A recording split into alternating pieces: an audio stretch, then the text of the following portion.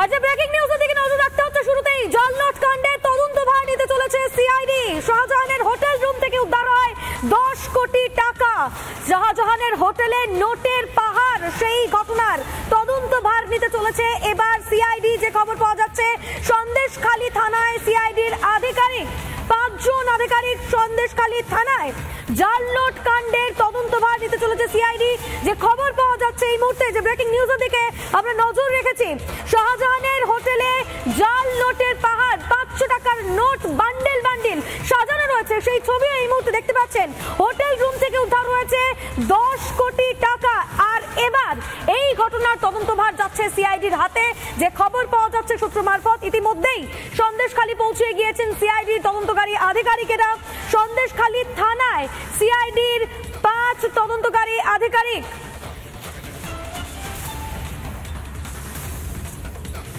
জালনোট কাণ্ডে এবার তদন্তভার নিতে চলেছে সিআইডি। শাহজাহানের হোটেল রুম থেকে উদ্ধার হয়েছে টাকার পাহাড়, 10 কোটি টাকা উদ্ধার হয়েছে শাহজাহানের হোটেল থেকে, এবং যে ঘটনার তদন্তভার নিতে চলেছে সিআইডি। এই বিষয় নিয়ে আরো বিস্তারিত জানাবেন আমাদের প্রতিনিধি অনুপম। আমাদের সঙ্গে রয়েছে সরাসরি। অনুপম, একটা বিষয় জানতে চাইবো খুব স্পেসিফিক ভাবে, আজই কি তদন্তভার নিতে চলেছে সিআইডি?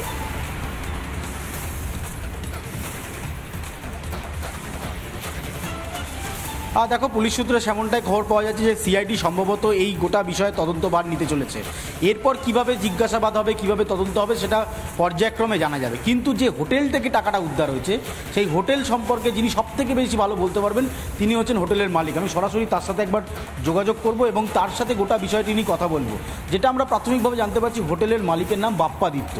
তিনি এই হোটেলটা বানিয়েছিলেন কবে, আমি তার সাথে বিস্তারিত কথা বলবো এবং গোটা বিষয়টি জানানোর চেষ্টা করব যে এই যে হোটেল যেখান থেকে 10 কোটি টাকা উদ্ধার হয়েছে, সেই বিষয়টা নিয়েই কিন্তু একবার তার সাথে একদম স্পষ্ট পরিষ্কার তার সাথে এই বিষয়ে কথা হবে এবং গোটা বিষয়টি তার থেকে জানবো। এই মুহূর্তে বাপ্পাদিত্যবাবু রয়েছেন। বাপ্পাদিত্যবাবু নমস্কার, আমি অনুপম কথা বলছিলাম রিপাবলিক বাংলা থেকে। হ্যাঁ নমস্কার, বলুন। আচ্ছা, আপনি এই হোটেলটা তৈরি করেছেন না হোটেলটা কিনেছেন? আমি বানিয়েছি, আমি তৈরি করেছি। কেন? এটা কত সালে করেছেন? 2016-তে। আচ্ছা, এই হোটেলটা নিয়ে একটা জানা যায়, এই হোটেলটা শেখ শাহজাহানের হোটেল বা এরকম, বা আপনার পার্টনার ছিল কি? এটা কে বলছে, কে? এটা না, আপনি একটু বলুন পরিষ্কার করে এই ক্ল্যারিফিকেশনটা। না, এটা কি আপনি বলছেন না কে বলছে? সেটা কে বলছে? শেখ শাহজাহানের হোটেলটা কে বলছে? তাহলে হোটেলটা কার একটু পরিষ্কার করে বলুন। আমারই হোটেল ওটা। আচ্ছা, কত সালে বানালেন? 2016-তে। আচ্ছা, এখানে কি শেখ শাহজাহান যাতায়াত করতো? না, আমি এটা কথা বলছি না। আমার হোটেলে তো আপনিও এখন আছেন, ঠিক আছে? আপনিও যাতায়াত করছেন, এরকম তো নয়। আমার হোটেল মানে এখানে কে যাতায়াত করতো এটা তো আমার জানার কথা নয়। ঠিক আছে, এটা হোটেল মানে এটা পাবলিক, যে কেউ আসতে পারে, যাতায়াত করতে পারে। আপনার হোটেল কি সিজ করা হয়েছিল? তুমি না, কে বলছে সিজ করা হয়েছিল? কোনোদিন সিজ পুলিশের তরফে হোটেল বন্ধ বা সিজ এরকম কিছু হয়নি? তুমি হয়নি? আচ্ছা, বলছি আপনার হোটেল থেকে 10 কোটি টাকা মতন উদ্ধার হয়েছে এমনটাই জানা যাচ্ছে। হ্যাঁ, আমি শুনলাম তো গতকাল একটা ব্যাপার হয়েছে। আমি আমার ম্যানেজার থেকে শুনলাম যে এরকম একটা গেস্ট এসেছিল। দেখুন, আমার প্রোটোকল অনুযায়ী আমি গেস্টকে চেকিং করিয়েছি, ঠিক আছে? পুলিশ এবার ইনফর্ম পেয়েছে, কোন গেস্ট কি ক্যারি করছে এটা তো দেখা যায় তো আমার নয়, ঠিক আছে? তো সেই অনুযায়ী পুলিশের প্রোটোকল অনুযায়ী কাজ করছে। আমি আমার প্রোটোকল অনুযায়ী চেকিং করি, আই কার্ড থেকে সমস্ত কিছু করে। এবার বাদ বাকি পুলিশের মধ্যে কাজ করছে, এখানে আমার আর কি করার নেই। আচ্ছা, আপনার রুম ভাড়া দেওয়ার সময় কি ধরনের ডকুমেন্টস রিসিভ করেন? অবশ্যই ফটো আইডেন্টিটি। আচ্ছা, এবার কবে আসছে, checking time, check out time, date, ঠিক আছে, অ্যাড্রেস ডিটেলস এবং তার ভোটার আইডি বা আধার কার্ড, যে কোনো একটা, যেটা রুলস রয়েছে আমাদের হোটেল সেট চালাতে গেলে যে রুলস লাগে, এবং প্রপার ট্রেড লাইসেন্স এবং প্রপার লাইসেন্স নিয়ে বিজনেস করছে এবং প্রোটোকল অনুযায়ী চেকিং রয়েছে। আমার সিসিটিভি ক্যামেরা রয়েছে, পুলিশ এসছে, পুলিশ দেখেছে, তারা কখন ঢুকেছে, কীভাবে হয়েছে, সমস্ত কিছু ওয়ার্কিং, সমস্ত কিছু লিগালভাবেই চলছে।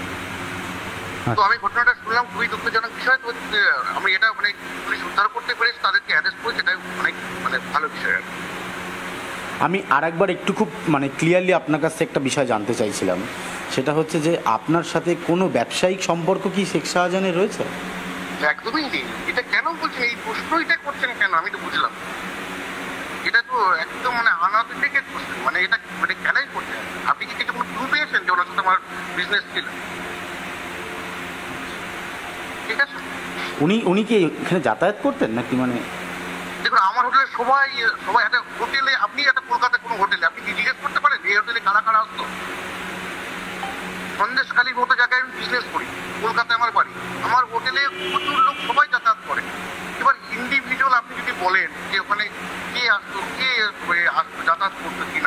তো মানে কি বলবো এটা না, এইটা ক্ল্যারিফিকেশনটা নেওয়ার জন্য আপনাকে ফোন করা, সেটা হচ্ছে না, শেখ শাহজাহানের সাথে আপনার কোনো ব্যবসায়িক যোগাযোগ নেই, একদমই নেই, একদমই নেই, একদমই নেই।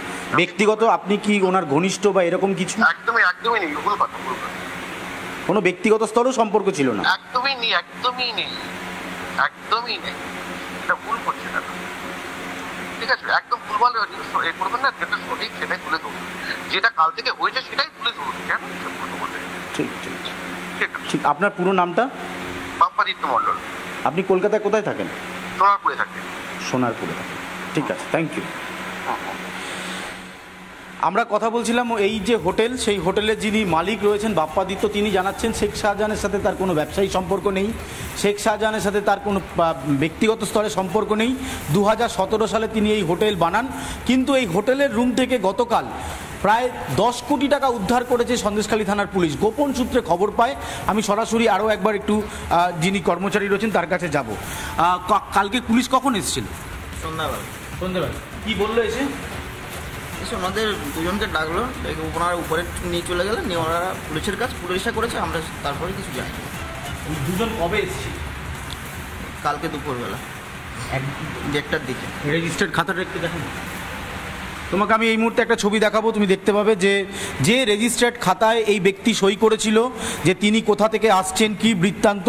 পার্থকে বলবো একটু ছবিটা দেখাতে, এবং এই মুহূর্তে তুমি সেই ছবি দেখতে পাচ্ছ, একটু উপরের দিকে নিচ্ছি, একটু উপরের দিকে নিচ্ছি।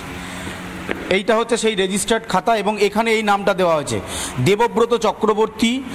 ঠিক আছে, এখানে দিচ্ছেন গাইনপাড়া, মহেশতলা, সাউথ 24 পরগনা। তিনি তার আইডি কার্ডের নাম্বার দিয়েছেন, এইটা তার আইডি কার্ডের নাম্বার। এসছিলেন 12টা PM, মানে দুপুরবেলা 12টা PM, 18/7/2025। আর এখানে তিনি দিয়েছিলেন সার্ভিস, তিনি অকুপেশন দিয়েছেন সার্ভিস, পারপাস দিয়েছেন জব, অর্থাৎ কাজের ক্ষেত্রে তিনি এখানে এসেছিলেন, এবং এখানে তিনি সিগনেচার করছেন। এই ডেটা, এইটাই হচ্ছে দেবব্রত, 180 নম্বর সিরিয়াল নম্বর, দেবব্রত চক্রবর্তী, গাইনপাড়া, মহেশতলা, সাউথ 24 পরগনায় তিনি অ্যাড্রেস লিখছেন, এবং তার আইডি কার্ডের নাম্বার দেওয়া হচ্ছে। 12টা PM তিনি ঢুকছেন, সার্ভিসের জন্য এখানে এসছেন, জব সার্ভিস হচ্ছে আপনার, ওনার কাজ, ওনার চাকরি হচ্ছে সার্ভিস, লিখেছেন অকুপেশনটা। অবশ্যই এই আপডেটের দিকে, এই ছবির দিকে আমাদের আবারও নজর থাকবে। অনুপম, তুমি আমাদের সঙ্গে থাকো। এই মুহূর্তে